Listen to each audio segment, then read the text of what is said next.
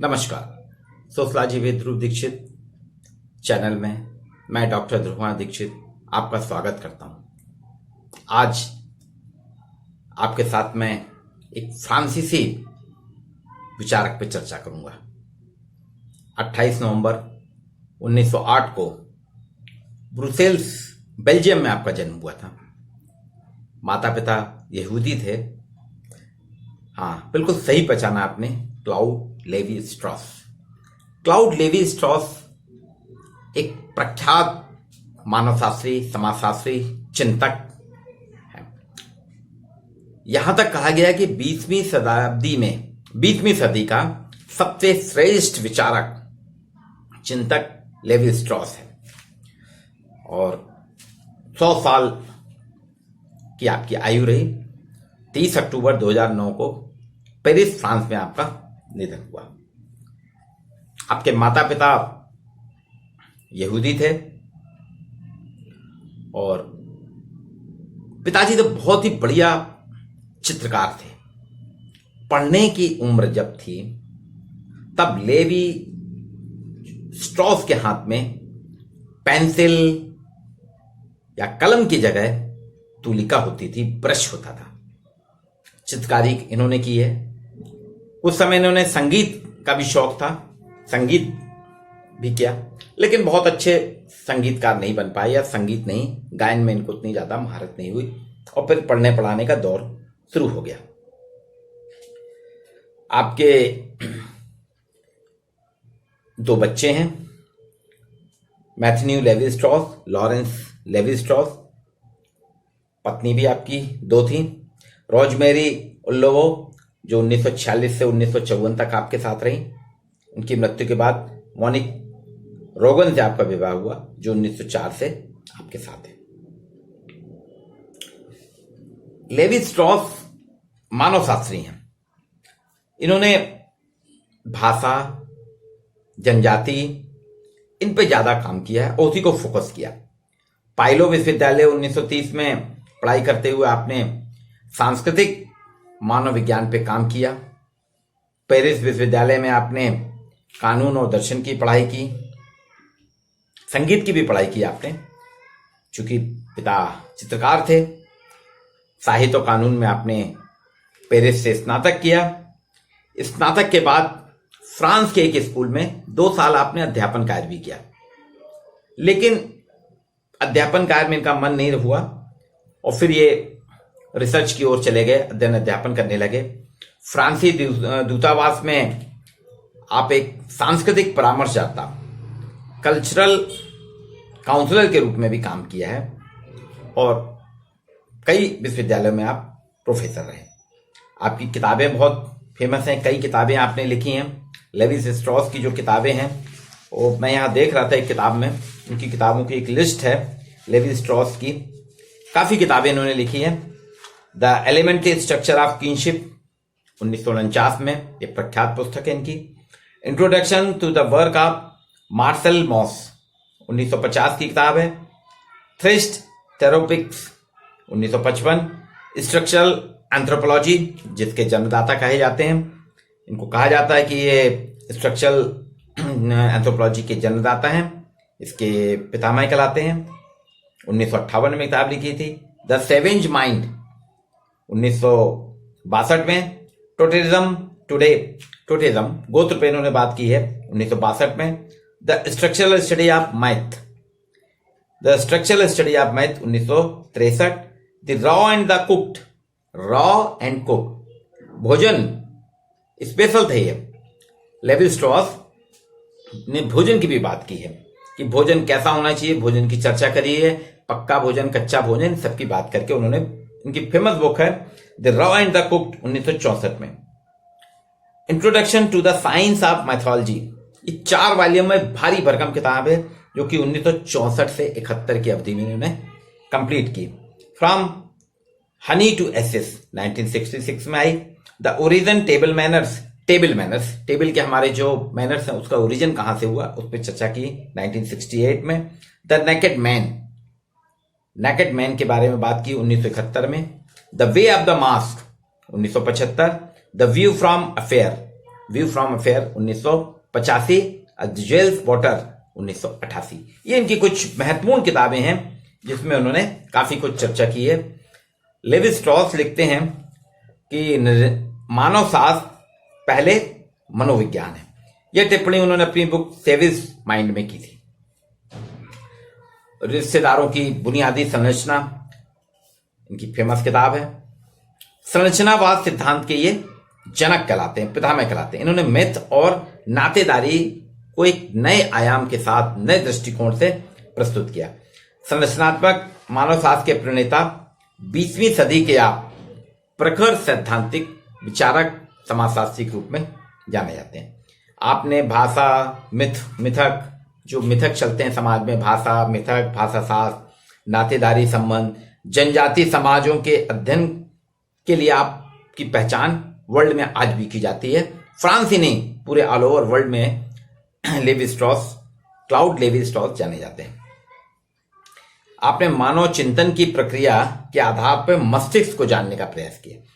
हमारा जो मस्तिष्क है, पहली बार लेवी स्ट्रॉस एक ऐसे विद्वान आए जिन्होंने मानव चिंतन की प्रक्रिया के आधार पे मस्तिष्क को जानने का प्रयास किया।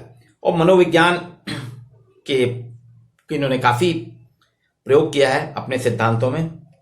इनके अध्ययन क्षेत्र को हम 3 भागों में बांट सकते हैं।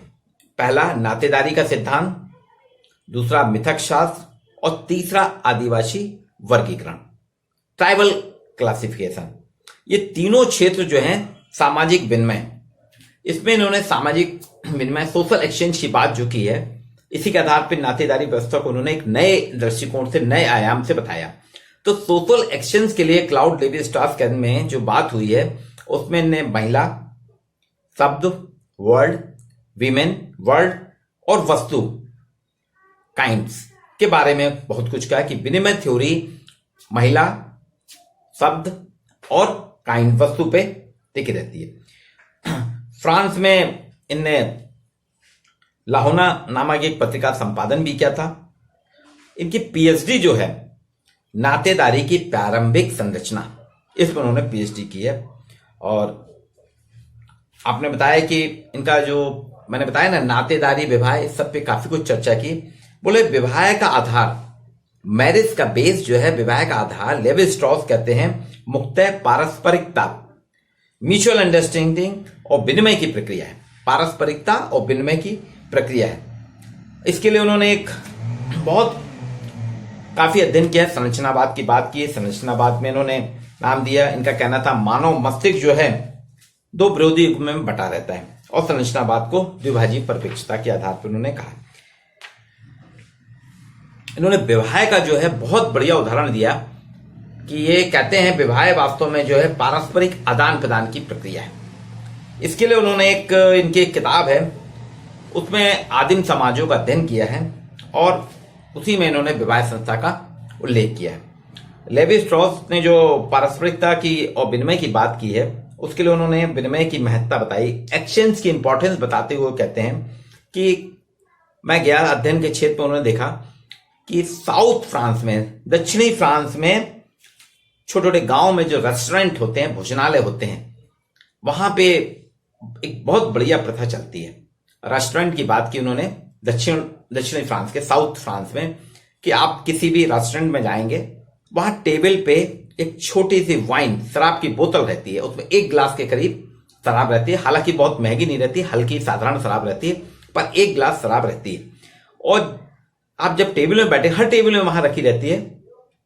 जैसे आप पहले नंबर के टेबल में बैठे, तो जब आप बैठेंगे, आपने फूड का ऑर्डर करेंगे, और फूड ऑर्डर करने के बाद आपका जो भोजन आएगा, उसके पहले 1 नंबर की टेबल वाला आदमी अपने यहां जो उसके शराब की बोतल रखी थी, उस बोतल की शराब बाजू अर्थात टेबल नंबर 2 के व्यक्ति को दे देता है।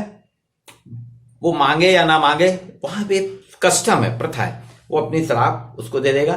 फिर उसके बाद दूसरे नंबर वाला व्यक्ति जो है वो तीसरे वाला चौथे, मतलब शराब का जो हर टेबल की जो शराब रहती है उसका पारस्परिक आदान प्रदान होता रहता है, और 1 गिलास के करीब रहती है। इसमें कहीं कोई वो नहीं, सब बराबरी से शराब देंगे। और ये जो है एक्सचेंज होती है, विनिमय होता है, एक से दूसरे, दूसरे से तीसरे, पड़ोसी की शराब एक ऐसे होती जाती है। और इस शराब के पारस्परिक आदान प्रदान में बोलते हैं शराब की मात्रा में कोई कमी नहीं होती। और यही जो है विनिमय, शराब का पारस्परिक आदान प्रदान या विनिमय जो है, ये सामाजिक संपर्क स्थापित करता है, सोशल कांटेक्ट बनाता है। लेवी स्ट्रॉस ने देखा रेस्टोरेंट ने, उन्होंने खुद भी किया, बोले मैंने खुद भी किया, कि वहां का सिस्टम है, आपको अपने बाजू वाले को देना पड़ेगा। पूरे रेस्टोरेंट में जितनी भी टेबल रहती हैं सबसे लोगों का संपर्क हो जाता है। और ये जो विनिमय है सामाजिक संपर्क ही स्थापित नहीं करता, सोशल कांटेक्ट नहीं करता, बल्कि व्यापक संबंधों की शुरुआत करता है। आपके इससे संबंध फिर आपने आज आप बाजू वाले को दी, उसने दी, और आपके संबंध बन जाएंगे और कंटिन्यूएशन में चलेंगे। ये बहुत छोटी सी देखने वाली घटना है। लेवी स्ट्रॉस ने कहा ये बहुत ही साधारण घटना है, रेस्टोरेंट ने चालू की थी, उसके बारे में मैंने काफी कुछ बोला। बोले हमारे यहाँ हमने ये लोगों को एक्सचेंज करने के लिए, लोगों के संबंध बनाने के लिए प्रथा स्टार्ट की थी, हमारे यहाँ फोर फादर ने स्टार्ट की थी। और अब देखिए वो छोटी सी प्रथा जो है एक बहुत बढ़िया एक्शन थ्योरी के रूप में आई है। इसी का उन्होंने कहा कि वास्तव में सर्वांगीण सामाजिक तथ्य जो है उससे हमारे सामाजिक संबंधों को हाईलाइट करती है, उजागर करती है। इसमें कहीं भी महत्वपूर्ण नहीं है कि किस वस्तु का हम विनिमय कर रहे हैं। अब शराब का विनिमय हो रहा, देखिए भारतीय समाज में तो शराब को अच्छा नहीं माना जाता, फ्रांस में अच्छा माना जाता है, तो वहां देखिए वहां शराब का विनिमय हो रहा, एक्सचेंज हो रहा, वस्तु की बात नहीं है। यहां पे महत्वपूर्ण क्या है, विनिमय की वो एक घटना है जो सामाजिक जीवन की रचना को जोड़ती है, जिससे सामाजिक जीवन को हम अलग नहीं कर सकते। ये पारस्परिकता और विनिमय की इस प्रक्रिया के माध्यम से उन्होंने, लेवी स्ट्रॉस ने कुछ टैबूज की भी बात की है। इंसेक्ट टैबू की बात करते हैं जो हमने किनशिप में पढ़ते हैं। बोले वास्तव में उसकी लंबी व्याख्या की अपनी किताबों में। वो कहते हैं विवाह के नियम जो हैं, उसी अपनी किताब में कहा विवाह के नियम केवल सामाजिक संरचना को प्रभावित नहीं करते। वो कहते हैं मैरिज के जो नियम है, लॉ ऑफ मैरिज जो है, विवाह के हर समाज के अलग अलग नियम है, वो सामाजिक संरचना को प्रभावित नहीं करते, बल्कि सामाजिक संरचना का निर्माण करते हैं, construction of structure theory.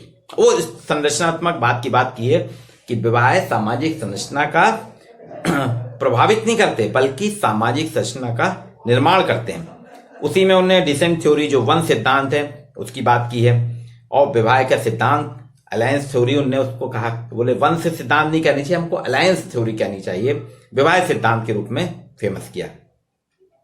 French भाषा में अलायंस जो है विवाह के लिए प्रयोग किया जाता है। लेवी स्ट्रॉस कहते हैं वन समूह को समाज का उन्होंने आधार ही नहीं माना। वंश जो होते हैं, डिसेंट जो होते हैं, वो कहते हैं समाज का आधार नहीं है। वो कहते हैं वंश का आधार जो है वैवाहिक विनिमय, मैरिज एक्सचेंज जो होता है उसके संबंधित तत्व मात्राएं जो इन समूह के बीच होते हैं। बोले इन समूह में जो स्त्रियों का विनिमय होता है, एक मैरिज में एक स्त्री दूसरे के यहाँ जाती है, फिर दूसरी तीसरे के यहाँ जाती है, ये वैवाहिक गठबंधनों की रचना है।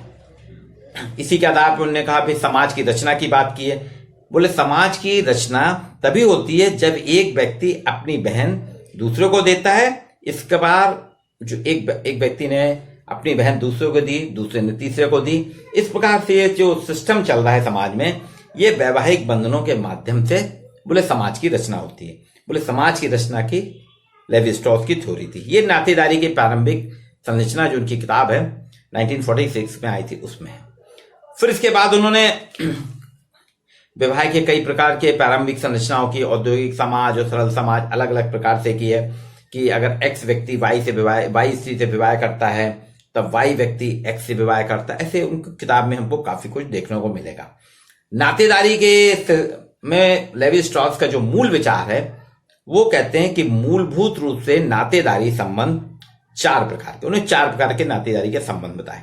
एक भाई बहन, पति पत्नी, पिता पुत्र और मामा भांजा। ये जो उनकी नातेदारी की व्यवस्था है, ये कहते हैं संपूर्ण मानव समाज का प्रारंभिक ढांचा, एलिमेंट्री स्ट्रक्चर, प्रारंभिक ढांचा, जिसे उन्होंने नातेदारी अणु कहा है, उससे बताया। और इसके आधार पर नातेदारी की उन्होंने काफी व्याख्या की। लेविस की जो संरचनावाद की जड़ें हैं वो वास्तव में मानव चिंतन की प्रक्रियाओं के कारण आई है। बोले मानव चिंतन जो करता है उससे संरचनावाद की जड़ें आती हैं। फिर 1962 में इनकी एक किताब आई थी दो किताबें आई हैं, सेविज माइंड जिसका हिंदी अनुवाद है जंगली मस्तिष्क, और टोटेलिज्म गणचित्रवाद। इसमें भी उन्होंने जो है प्रारंभिक संरचना जो है नातेदारी की उसके बहुत कुछ चीजें यहाँ पे स्पष्ट की हैं कि गणवाद क्या होता है। लेवी स्ट्रॉस कहते हैं टोटेलिज्म पशु और प्राकृतिक उपादानों को गोत्र और परिवार की व्यवस्था के रूप में बताया। बोले कई बोगोंडो जनजाति का अध्ययन किया था, उसके आधार पर उन्होंने विवेचना की। सेविज माइंड जो उनकी किताब है 1962 में आई थी, उसमें वे कहते हैं कि आदिम लोगों की बात की उन्होंने, जनजातीय समाज की, प्रिमिटिव सोसाइटीज की, कि उनमें भी एक चिंतन की प्रक्रिया होती है। सेविज माइंड उन्होंने उसको जंगली मस्तिष्क के नाम से कहा है कि उन्होंने धारणा ही गलत सिद्ध कर दी। बोले समाज की जो धारणा है कि आदिम लोग, जनजाति लोग जो जंगली मस्तिष्क का है उन्होंने कि इनको कुछ नहीं आता, लेकिन नहीं, इनको हल्के में मत लीजिए, इनमें अपार क्षमताएं हैं, ये कमजोर नहीं है। उन्होंने कहा है ये बड़े परिश्रम के साथ बहुत पश्चिमी होते हैं। उन्होंने काफी उसके फैक्ट भी दिए। बोले अपेक्षाकृत जो सरल प्रौद्योगिक समाज है उसकी अपेक्षा ये ज्यादा स्ट्रांग है, क्योंकि जितने भी आदिम समाज के लोग हैं ये जहां रहते हैं अपने चारों ओर के पर्यावरण में पौधे पशुओं के वर्गीकरण की इनकी अपनी एक परिष्कृत व्यवस्था है, स्पेसिफाइड सिस्टम है इनका, जिससे वो वनस्पतियों को जानते हैं, कौन सी वनस्पति खाने योग्य है, कौन सी वनस्पति का हम उपचार के रूप में प्रयोग कर सकते हैं, पशु का कैसे प्रयोग कर सकते हैं, ये सारा इनके पास एक सटीक ज्ञान है। ये बहुत ही अद्भुत चीज है। उन्हें बोला इसलिए उन्होंने जो किताब लिखी थी सेविज माइंड, यानी कमजोर ना समझे, बहुत मजबूत हैं। वो कह रहे थे उनके पीछे कोई बौद्धिक जिज्ञासा और इच्छा शक्ति है जिसके कारण उन्होंने इतनी अच्छी व्यवस्था की है। इसलिए वो कहते हैं कि इनको कभी आदिम समाज को आप कमजोर ना समझे। वहीं उन्होंने जनजातियों का जो अपना अध्ययन था, लेवी स्ट्रॉस ने स्थापित किया कि प्रत्येक संस्कृति के पास अपने अनुभव से जो चिंतन और वर्गीकरण की योजना होती है उसी ने उसको इतना स्थापित किया। फिर इनकी एक किताब माइथोलॉजिकल मिथक शास्त्र लिखी 1964 में, भारी भरकम किताब है जिसमें जनजाति समाज के और मानव समाज के कई मिथक्स की बात की है। ये कुशल फील्ड वर्कर थे।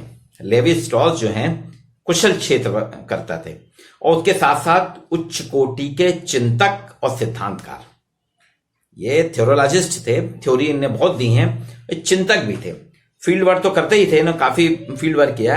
रॉडने नीडहम ने इनके निजाति जो मानव शास्त्रीय सिद्धांत है उसकी आलोचना की है, लेकिन वो कहते हैं इनका विवाह सिद्धांत उचित नहीं है, ये खरा नहीं उतरता बोले नातेदारी के सिद्धांत में। लेकिन इसके बाद भी रैडकिल ब्राउन के बाद अगर मानव शास्त्रियों में चर्चा आती है एंथ्रोपोलॉजिस्ट में, तो क्लाउड लेवी स्ट्रॉस की चर्चा होती है।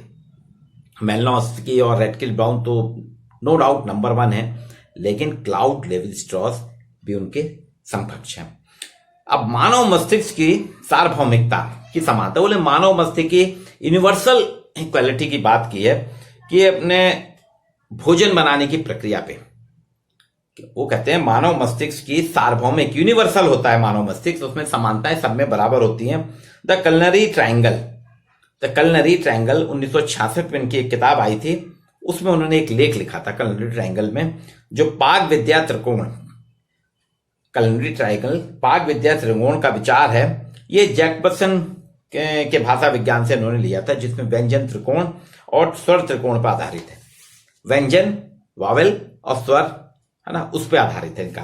तो स्ट्रॉस कहते हैं किसी भी समाज में भोजन बनाने की जो विधियां हैं, मेथड ऑफ फूड्स हैं, भोजन बनाने की विधियां का विश्लेषण अगर हम करेंगे उसमें भाषा का विश्लेषण बहुत जरूरी है। जिस तरह से भाषा लैंग्वेज के समान ही, भाषा के तरह ही, लैंग्वेज के तरह ही पाक विद्या कुकिंग में संरचनात्मक द्विभाजी विपरीतताएं होती हैं। जैसे 2 प्रकार के हैं भाषा में, आप रहते हैं ना अच्छा बुरा, इसी तरह भोजन में उन्होंने कहा कि कच्चा भोजन पक्का भोजन 2 प्रकार के आ गए। तो कच्चा भोजन आपका सिंपल होगा, पका भोजन परिवर्तित, मतलब कच्चे को परिवर्तित कर दिया गया। कच्चे भोजन को उन्होंने कहा ये नेचर है, प्रकृति है, कच्चा भोजन प्रकृति है और पक्का भोजन कल्चर है, संस्कृति है। बोले पके भोजन में भी जो आग में सीधे भूनते हैं अपन, जो उसको भूंजते हैं या सेंकते हैं और फिर किसी पात्र में डालकर उबाले हुए भोजन में उन्होंने अंतर किया। पका हुआ भोजन जो हम भूंजते हैं वो, और किसी जैसे कुकर में हम उबालते हैं, इन दोनों में लेवी स्ट्रॉस कहते हैं बहुत अंतर है। ये कहते हैं भुना हुए भोजन की जो शुरुआत है वो उबले हुए भोजन से पहले हुई। मतलब भोजन को हमने बॉयल करना जो शुरू किया उसके पहले हम भूनते थे। उन्होंने अपने थ्योरी करके, उन्होंने बहुत से अध्ययन करके बताया कि भूजना पहले था, हम फ्राइड उबालने के पहले हम भूजते हैं। और भुना हुआ भोजन की प्रकृति की अवस्था को वो उबले हुए भोजन संस्कृति की अवस्था का प्रतिनिधित्व करने वाला बताया। स्ट्रॉस ने जो इनकी पाक विद्या है इस आधार पे कई हाइपोथेसिस दी थी। वो कहते हैं उबला हुआ भोजन जो है, उबला हुआ भोजन अंतः समूह, बोले अंतः समूह की एकजुटता को प्रदर्शित करता है। मतलब आप सब अंतः समूह जो है, इंटरनल ग्रुप जो है, उनकी एकजुटता को उबला भोजन बताता है। उबाल के तो खाते हैं।